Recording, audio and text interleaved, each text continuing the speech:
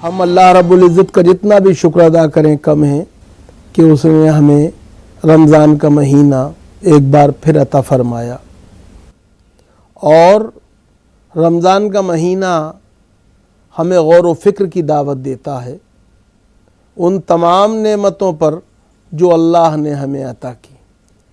اسلام کا یہ بڑا احسان ہے کہ وہ دونوں چیزوں پر بیک وقت زور دیتا ہے، اور وہ دونوں چیزیں کیا ہیں؟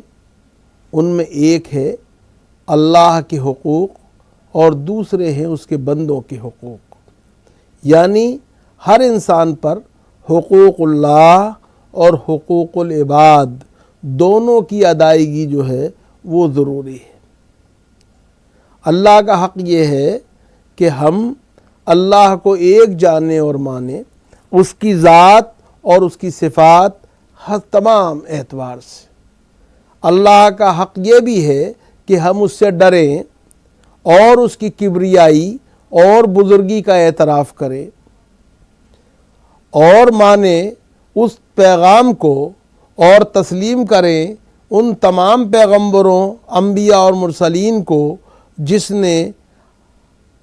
جن کو اللہ جل شانہ نے ہمارے پاس بھیجا۔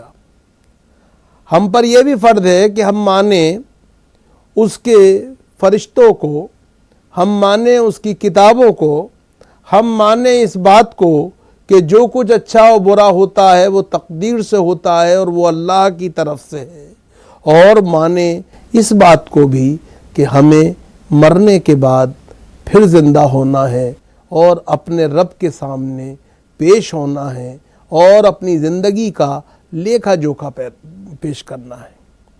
اور یہ خوف الہی اور یہ اللہ سے تعلق اس بات کا متقاضی ہے کہ ہم اللہ کی عبادت کریں، اور نماز بنیادی طور پر حقوق اللہ کی ادائیگی کا ایک مظہر ہے۔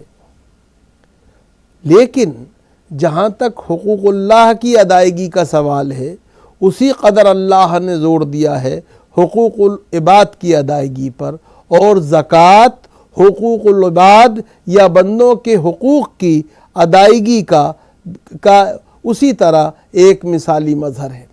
یہ بھی کوئی کم اہم بات نہیں کہ اللہ رب العزت نے قرآن حکیم کے اندر جہاں اکثر جگہوں پر جہاں نماز کا تذکرہ کیا ہے، نماز قائم کرنے کی بات کی ہے، وہیں پر فوراً ہی اسی سے متصل زکوٰۃ ادا کرنے کو بھی کہا ہے۔ اور اس طرح سے اللہ جل شانہ نے ہمیں اس بات پر آمادہ کیا ہے کہ ہم ان تمام بندوں کی جو حاجت مند ہیں، ضرورت مند ہیں، پریشان حال ہیں، جو کسی نیک کام میں اپنی زندگی کو وقف کر دینے کی وجہ سے اپنے لیے خود وسائل اکٹھے نہیں کر سکتے ہیں، جو غربت و ناداری کا شکار ہیں لیکن اپنی زبان پر حرف سوال نہیں لاتے ہیں، وہ لوگ جو مسافر ہیں، وہ لوگ جو بنیادی طور پر دین حق کے لیے کام کر رہے ہیں، وہ لوگ جو علم کی تلاش میں، علم کی چاہ میں، علم کی راہ میں نکل پڑے ہیں، ان سب لوگوں کی مدد کریں۔ اور جب زکوٰۃ ہم دیتے ہیں تو اللہ رب العزت نے زکوٰۃ کو جس طرح پیش کیا ہے وہ بھی بہت اہم ہے اور میں سمجھتا ہوں کہ دلچسپ ہے۔ اللہ جل شانہ نے زکوٰۃ کو اللہ کو قرض دینا قرار دیا ہے، اور اپنے مال کو اور اپنی املاک کو جسے کہتے ہیں پاک کرنا قرار دیا ہے۔ جب آپ زکوٰۃ دیتے ہیں تو آپ جس کو دے رہے ہیں اس پر احسان نہیں کرتے ہیں، بلکہ آپ اپنے مال کو اور اپنی املاک کو جو ہے اپنے اثاثے کو پاک کرتے ہیں ان تمام کثافتوں سے جو لالچ کی ہیں، طمع کی ہیں، حسد کی ہیں اور جو سماج کے اندر تفریق پیدا کرتی ہیں، اونچ نیچ کو جنم دیتی ہیں۔ آپ اپنے آپ کو بھی اس سے محفوظ کرتے ہیں اور اسی طرح سماج کو بھی اس سے محفوظ رکھنے کی کوشش کرتے ہیں۔ اگر آپ دیکھیں تو زکوٰۃ کا معاملہ یہ ہے کہ آپ جب زکوٰۃ دیتے ہیں تو ایک تو جس کو زکوٰۃ دیتے ہیں اس کے دل میں اپنے لیے ایک نرم گوشہ پیدا کرتے ہیں، محبت کا، احترام کا جذبہ پیدا کرتے ہیں۔ لیکن آپ کو یہ بھی بتایا گیا کہ دیکھو تمہاری کوئی عبادت جو ہے، تمہارا کوئی عمل جو ہے وہ نمائش کے لیے نہیں ہونا چاہیے۔ اور اسی لیے زکوٰۃ جب دو تو اس طرح دو کہ سیدھے ہاتھ سے دو تو الٹے ہاتھ کو پتہ نہ چلے۔ اور یہ اس لیے کہا گیا کہ آپ جس کو زکوٰۃ دے رہے ہیں اس کی عزت نفس کا احترام کرنا جو ہے وہ آپ پر واجب ہے۔ اور اسی لیے کہا گیا ہے کہ جب جس کی مدد کر رہے ہو، جسے زکوٰۃ دے رہے ہو، بعض لوگوں کا کہنا ہے ان کی آنکھوں میں آنکھیں ملا کر مت دیکھو، کیونکہ ہو سکتا ہے اس کی آنکھوں کے اندر تمہاری آنکھیں ملانے سے ایک خفت کا اظہار نہ ہو جائے۔ یہ اس قدر اس کی عزت نفس کا، اس کے جذبات کا احترام کرنے کو کہا گیا ہے۔ زکوٰۃ سماج کے اندر جو امیر اور غریب کے بیچ میں بڑھتی ہوئی تفریق ہے، بڑھتی ہوئی خلیج ہے، اس کو کم کرنے اور پاٹنے کا کام کرتی ہے۔ زکوٰۃ جو ہے وہ ایک بات اور بہت اہم کہی گئی، اور وہ یہ کہ جو چیریٹی بگنز فرام ہوم، یعنی جو تم سے جتنا اقرب ہے، جتنا قریب ہے، اس کی مدد کرنا تم پر اتنا ہی زیادہ فرض ہے۔ اس بات کو ہمیں اپنے سامنے رکھنا چاہیے، اور جب ہم ایسا کرتے ہیں تو اس کا فائدہ یہ ہوتا ہے کہ خود ہمارے خاندانوں میں جو غربت کا اور تبول کا، ثروت کا اور اسرت کا ایک طرح سے فرق پیدا ہوتا ہے، جس سے دوریاں پیدا ہوتی ہیں، جس سے صلہ رحمی متاثر ہوتا ہے، جس سے لوگوں کے اندر ایک جذبہ اناد پیدا ہوتا ہے اور وہ اناد فساد کا سبب بنتا ہے، اس سے سماج بچتا ہے، خاندان بچتا ہے، افراد محفوظ ہوتے ہیں۔ یہ زکوٰۃ کی بنیادی روح ہے جس کو ہمیں سمجھنے کی کوشش کرنی چاہیے۔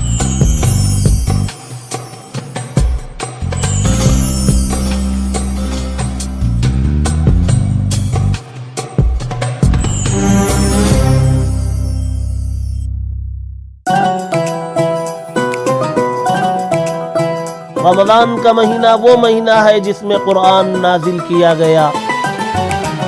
روزہ اس امت پر بھی فرض کیا گیا ہے، اور قرآن مجید کا بیان ہے کہ پچھلی امتوں پر بھی فرض کیا گیا۔ تقویٰ اس کو کہتے ہیں کہ ہر وقت آدمی کے پیش نظر صرف اور صرف رضائے رب ہو۔ اے نیکیاں جمع کرنے والوں، رمضان میں تھوڑا کرو گے زیادہ نیکیاں ملیں گی۔ دیکھیے ماہ رمضان کی مناسبت سے نیوز 18 اردو کی خصوصی پیشکش فیضان رمضان، روزانہ صبح 7:56 پر صرف نیوز 18 اردو پر۔ زکوٰۃ بظاہر جو ہے وہ جو فقہا کے نزدیک جو بتایا گیا ہے شریعت کے اندر، وہ یہ ہے کہ آپ 2.5% زکوٰۃ دے دیجیے۔ اپنے مال پر جو آپ کے پاس بچت کی صورت میں موجود ہے، سونے چاندی کے روپ میں ہو یا نقد کی صورت میں ہو، لیکن ایک آپ کی جو ضرورت ہے ان سے بچنے، ان پر خرچ کرنے کے بعد جو کچھ بچتا ہے، جو کچھ محفوظ رہتا ہے، جو سیونگ ہے آپ کی، اس پر آپ کے لیے یہ فرض ہے کہ آپ اس میں کم سے کم 2.5% جو ہے وہ سماج کے ان لوگوں کے لیے جن کو مستحقین زکوٰۃ قرار دیا گیا ہے اور جن کی 8 قسمیں بتائی گئی ہیں آپ ان کو ضرور دیں. لیکن خود صحابہ کرام رضوان اللہ تعالی علیہم اجمعین کے زمانے سے اگر دیکھیں، بلکہ اس سے پہلے بھی اگر جناب رسالت مآب صلی اللہ علیہ وسلم کی حیات طیبہ کا مطالعہ کریں تو ہمیں پتہ چلتا ہے کہ جناب رسالت مآب صلی اللہ علیہ وسلم نے کبھی اپنے پاس اتنا مال، اتنی دولت، اتنا اثاثہ جمع ہی نہیں ہونے دیا کہ آپ پر زکوٰۃ فرض ہو، بلکہ آپ جو کچھ آتا تھا وہ مستحقین کو اسی وقت بانٹ دیتے تھے. یہ بڑی بات تھی. اسی طرح صحابہ کرام رضوان اللہ تعالی علیہم اجمعین کا بھی میں ایک تعداد ایسی تھی جو اسی عمل کو کیا اپنے لیے نمونہ بنا کے رکھتی تھی. ہمارے سامنے حضرت ابو بکر صدیق رضی اللہ تعالیٰ عنہ کی مثال موجود ہے. اسی لیے صوفیاء کرام رضوان اللہ تعالیٰ علیہ مجمعین جو ہیں انہوں نے زکوٰۃ کے بارے میں بڑے بڑے لطیف نکتے بیان کیے ہیں. مثال کے طور پہ حضرت شبلی سے جو بڑے جید صوفی تھے، ان سے کسی نے پوچھا کہ شبلی زکوٰۃ کے بارے میں کیا حکم ہے؟ کہا فقہا کا بتاؤں یا فقراء کا بتاؤں؟ کہا فقہا کا کیا ہے؟ کہا فقہا کا ہے کہ 2.5% رکھ لو. بلکہ جو لفظ انہوں نے استعمال کیے وہ بہت دلچسپ ہیں. کہا کہ 200 دینار اگر تمہارے پاس ہیں تو 5 دینار اللہ کی راہ میں زکوٰۃ میں دے دو. انہوں نے کہا فقراء کا کیا ہے؟ پوچھنے والے نے کہا فقراء کا یہ ہے کہ 200 کے 200 دینار اللہ کی راہ میں دے دو. تو انہوں نے کہا یہ کیسے، آپ اس کا کیا جواز ہے آپ کے پاس؟ کہا اس کا جواز حضرت ابو بکر صدیق کا وہ عمل ہے کہ جب اللہ کے رسول نے مسلمانوں سے کہا کہ وہ اللہ کی راہ میں اپنا مال، اپنی متاع جو کچھ لا سکتے ہو لائیں، تو حضرت ابو بکر صدیق سب کچھ لے کے آ گئے تھے. اسی طرح اگر آپ دیکھیں تو بابا فرید الدین گنج شکر جو حضرت خواجہ قطب الدین بختیار کاکی کے خلیفہ اور مرید ہیں، اور حضرت سلطان المشائخ نظام الدین اولیاء اور حضرت مخدوم علاء الدین صابر کلیری کے مرشد گرامی قدر ہیں، ان سے کسی نے پوچھا بابا یہ بتائیے زکوٰۃ کے بارے میں آپ کی کیا رائے ہے؟ آپ نے فرمایا زکوٰۃ 3 طریقے کی ہوتی ہے. ایک زکوٰۃ شریعت، 2.5% لوگوں کو دو جو مستحق ہیں، بقیہ اپنے پاس رکھ لو. دوسری زکوٰۃ طریقت، 2.5% اپنے پاس رکھ لو، بقیہ سب لوگوں کو دے دو جو مستحقین ہیں اللہ کی راہ میں. اور تیسرا زکوٰۃ حقیقت، اپنے پاس کچھ مت رکھو، جو کچھ ہے وہ سب اللہ کی راہ میں.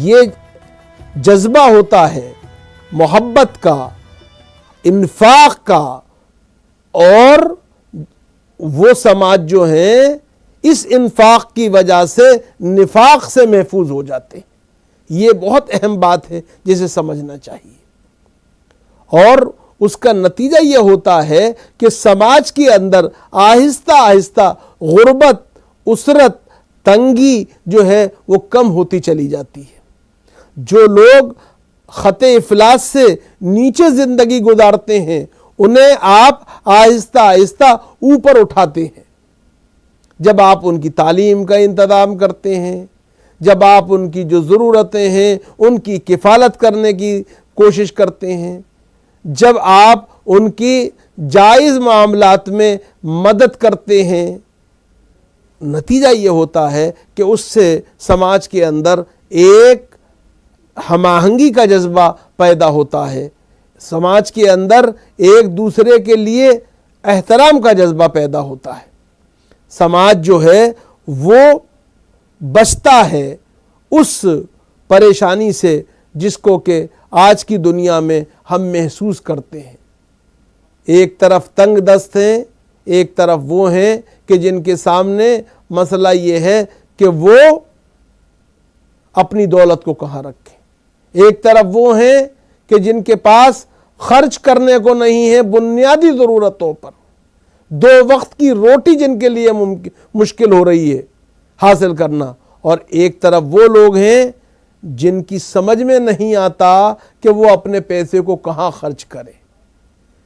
زکوٰۃ کا نظام ہمیں اسی کی تربیت دیتا ہے، اسی کی تلقین کرتا ہے، ہمیں یہی بتاتا ہے کہ ہم اپنے ہاں ایک توازن پیدا کریں، اور جو سماج کے اندر لوگ پچھڑے ہوئے ہیں ان کو اوپر اٹھانے اور آگے بڑھانے کی کوشش کریں۔ تو زکوٰۃ کا جو نظام ہے آپ اس کو، جیسا کہ قرآن کریم میں بار بار کہا گیا ہے، زکوٰۃ جو ہے وہ پاک کرتی ہے۔ کاہے سے؟ آپ کے قلوب کو طمع سے، لالچ سے، حسد سے۔ آپ غور فرمائیے، دنیا کے اندر جو مسئلے پیدا ہوتے ہیں، دنیا میں جو جھگڑے پیدا ہوتے ہیں، دنیا کے اندر جو فساد پیدا ہوتا ہے، وہ طمع، لالچ اور حسد کی وجہ سے پیدا ہوتا ہے۔ زکوٰۃ ہمارے دلوں کو، ہمارے دماغوں کو، ہماری سوچ کو اس سے بچاتی ہے، اور ایک طرح سے جو انسانوں کا انسانوں کے لیے حق ہے اس کی ادائیگی اور اس فرض کی جو ہم پہ واجب ہے سماج کے تئیں، اس کی ادائیگی کا حوصلہ اور ہمت عطا کرتی ہے۔ زکوٰۃ جن معاشروں میں دی گئی اور زکوٰۃ کا صحیح اہتمام کیا گیا، زکوٰۃ کی تقسیم کو منصوبہ بند طریقے سے منظم کیا گیا۔ آپ انسانی تاریخ کا مطالعہ کر لیجئے، پچھلے 1400 سال کا، آپ کو ایسے سماج اور ایسے معاشرے ملیں گے جہاں پر کہ زکوٰۃ لینے والے میسر نہیں آتے تھے۔ اور اگر آپ آج بھی دیکھ لیں، بعض ایسے ممالک ہماری مسلم دنیا میں موجود ہیں جہاں پر کہ زکوٰۃ لینے والے آج بھی موجود نہیں ہیں۔ تو بات یہ ہے کہ زکوٰۃ کا نظم جو ہے وہ ہمارے لیے فلاح کا اور صلاح کا ایک بہترین طریقہ ہے، سماج کے اندر اخوت کا، مساوات کا، دردمندی کا، دل سوزی کا جو رشتہ ہے اس کو مستحکم کرنے کا ایک ذریعہ ہے۔ ہم زکوٰۃ دیں، زکوٰۃ کو صحیح طریقے سے منظم کریں، اور زکوٰۃ جو ہے ان لوگوں تک پہنچائیں جو اس کے واقعی مستحق ہیں، تو ہم صحیح معنوں میں اپنے رب کو بھی خوش کریں گے اور اپنے لیے بھی اور اپنے سماج کے لیے بھی صلاح اور فلاح کا کام کریں۔